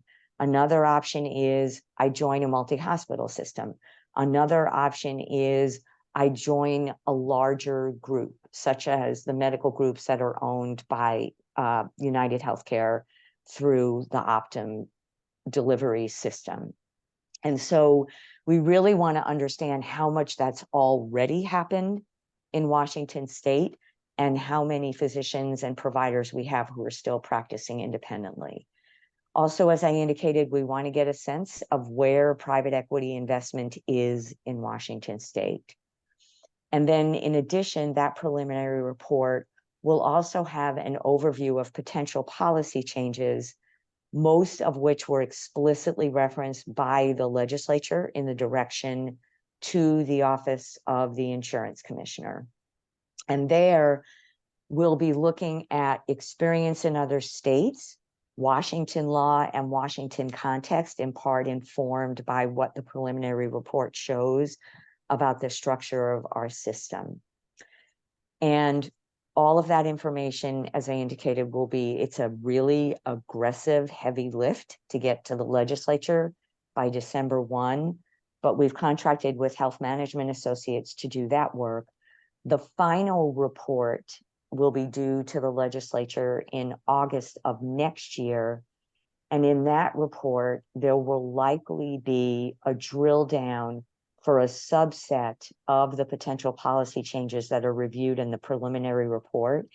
And there it's in-depth actuarial analysis and economic modeling to try to inform a discussion of, okay, what would happen if we adopted this policy here in Washington state.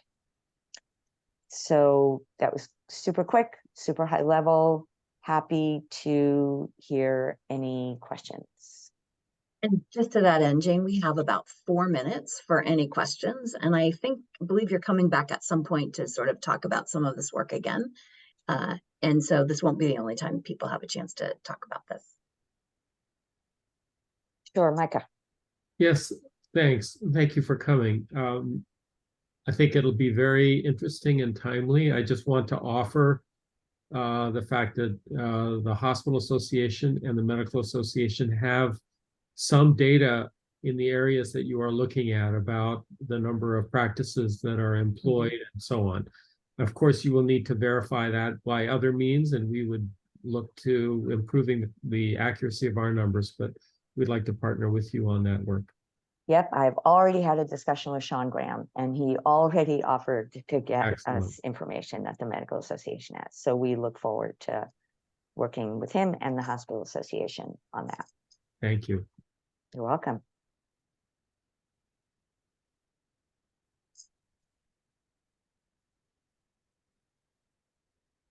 Okay, well, thanks for the opportunity. And yeah, definitely happy to come back and update folks on status. Very much. Michelle, Laura, Kate, and Jane. It's really helpful to hear about other affordability activities in the state in addition to the activities of the cost board. Next on the agenda is a motion which is under tab 6. And I'd like to note that the answers to the questions posed in the motion can be obtained through publicly available documents which are posted on the board's webpage. And I would be happy to gather answers to those questions and go through those documents to gather information to answer those questions for the member who's posing the motion. And those documents are such as like the data submission guide and the meeting materials of the board. And I can do that rather than sending this sort of redundant motion to the board inquiring about information that is publicly available, and I would be happy to do that. The motion is under tab 6 in the materials again, and I'll turn discussion of this proposal and then the motion over to the committee. If I can start, Mika Sunanan. Actually, if you look at tab 3, that had a summary of a letter that was submitted to the committee by Katerina LaMarche and Jeb Shepard, and a letter from August 25th that really outlines the concerns based on an April 2023 board meeting discussion of how providers would be held accountable for performance against the benchmark. What we're really seeking from this motion is support of the rest of the members of the advisory committee for these key issues that were left as open questions, details that will be essential in our belief to being successful. And so I know you've had a chance to look at the packet and read through that, but I wanted to point out that the details are there. And if you go to the next page, it has the updated consideration. Yep, next page, there you go. Motion for consideration. So the key issues are, we need to be accurate and transparent about which members are attributed to health plans and which patients are attributed, so that we can be sure that we're being held accountable and are analyzing the same set of patients, and that health plans are analyzing the same set of individual providers in their group. Secondly, we need to be sure that we have some degree of appropriateness around the risk adjustment. Previously, I think we've all seen that the risk adjustment methodology was pretty crude or absent, in part because there wasn't data around risk profiles. That makes it very difficult to analyze whether care is appropriate and whether patients are getting valuable care or non-value care. If you have a higher risk population, inevitably there will be more cost and more investment required to deliver high value, high quality care. So the risk adjustment is critical to analyzing the value of the care. We want to be careful about how specific provider performance is analyzed.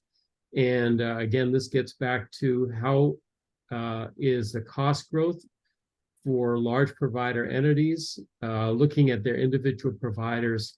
How is that attributed to individual providers, and being as transparent as possible around that analysis will be critical. And finally, the identification of providers to individual entities.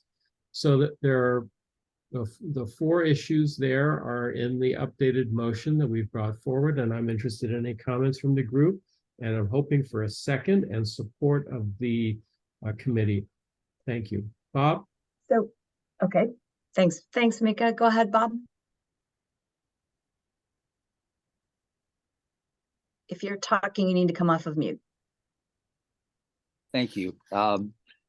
I'm like to get into discussion, and so we need a second until that time. So I'll second it, and then we can go to discussion. That'd be great. Okay, the motion's been made and seconded. Go Sorry, ahead. Teresa, if I might just be able to provide a little bit more background information. I just wanted to note that the attribution methodology is published in the data submission guidelines. The risk adjustment has also been provided to both the providers and carriers and the data committee that was approved, and it's only based on age and sex, similar to other cost reports throughout the states. And happy to provide more information on that. And just as a reminder, the benchmark does not monitor provider performance. In this year, it is the baseline benchmark. So those questions are at least a year and a half out. But there is a plan for how to communicate both in this provider performance year, not provider performance year, in the baseline year, communicating with providers, and when we get to monitoring providers in the future.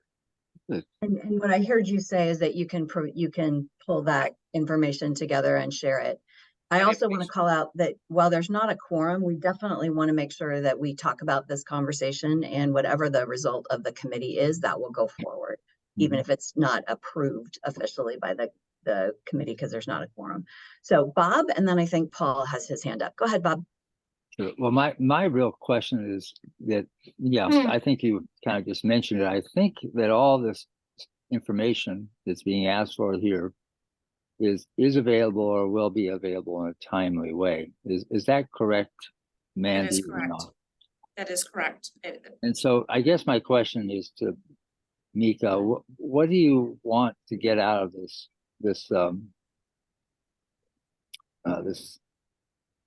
Thanks. Thank you, Bob. So, and I know Paul's got his hand up, but we have a promise of that information being available, but as you very well know, making changes both to understand your own system and to make changes in the way that care is delivered and analyzed is a long and complicated process with many dependencies and potentially unintended side effects. So that's investment and time, and the sooner we know, the better we will be in very, very specific terms. So instead of generalities, which we have dealt with to date, and sort of broad definitions, we need to have very specific details about this. And we would like to bring forward specific scenarios. So what if in this situation, this provider was performing this way and had this outcome?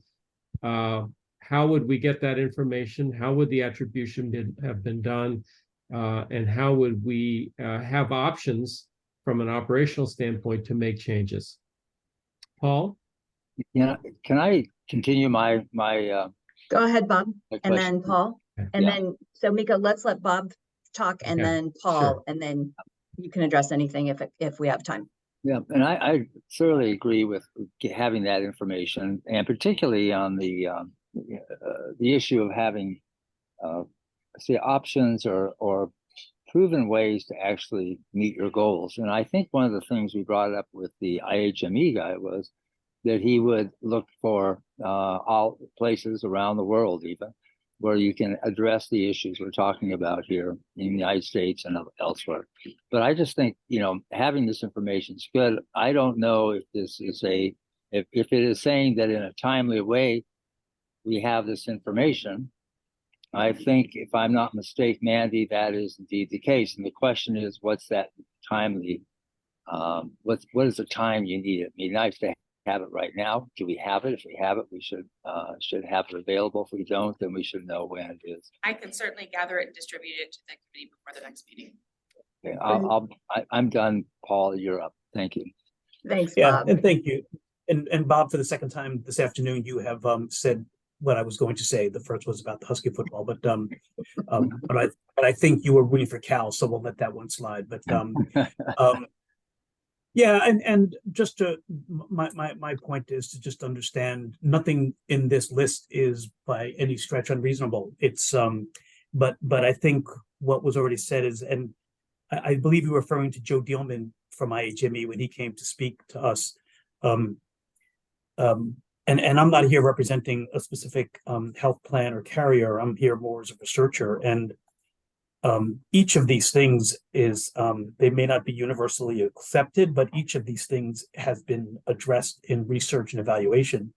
So, I mean, so I'm not sure what the, we don't just use age and sex for risk adjustment in the state. We use the combination of the Medicare model plus the CDPS for Medicaid. So we have a very sophisticated risk adjustment model that the folks at RDA use and HCA use. So that's just one example. So my reaction is, and I forgive me for not understanding the parliamentary implications of this, is what would a motion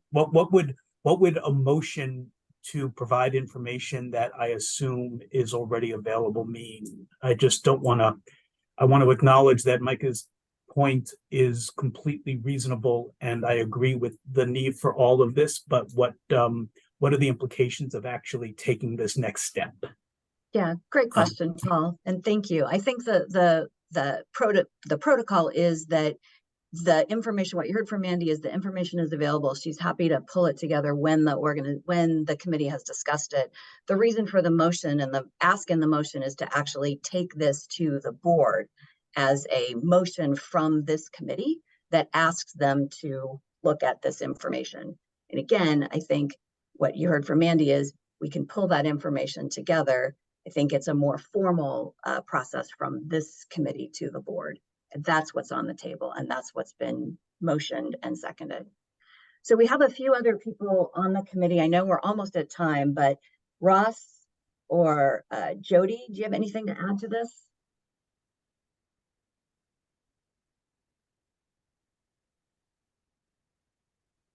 Oh, maybe we lost Ross in the process. Jody, anything to add? Any thoughts?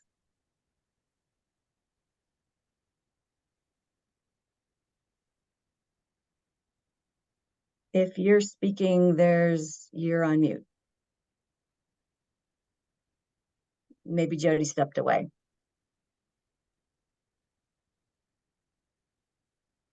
So what I'm hearing is that from at least Bob and Paul, this has been discussed at the committee, several in different iterations and at different times. So the request can be addressed. We can certainly talk at the board meeting about the fact that the committee talked about this. Are there any, so there is a motion and a second. So unless I hear from Jody, who I think is the only other board member who hasn't spoken. Yeah, I'm sorry, I couldn't find my unmute. That's okay. I don't have any other comments. Thank you. Great, thanks.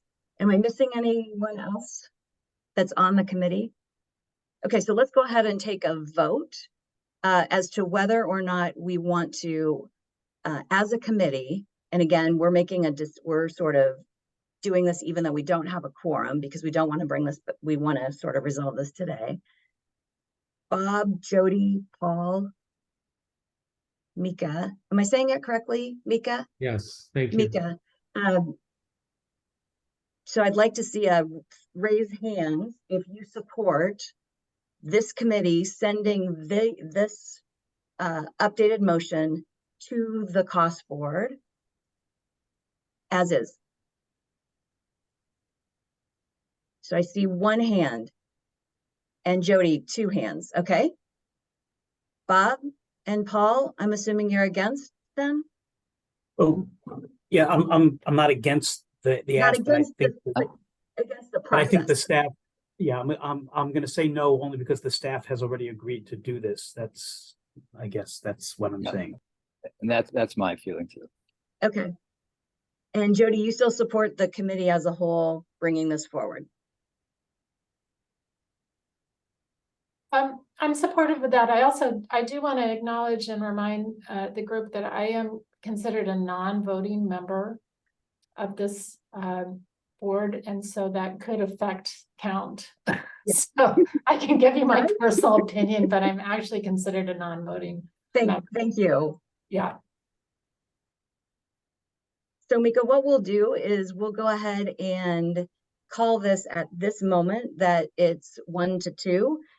But given that it's not a quorum, we will definitely bring this to the board and let them know as part of our discussion that this did, and we'll share it, that this did come up.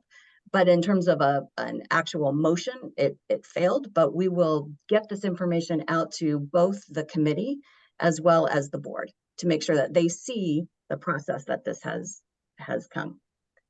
So thank you, everybody. Thank you. My sense from both Paul and Bob is they agree with the sense of the motion, but they believe that it has already been answered. Right. Whereas and that's, yep.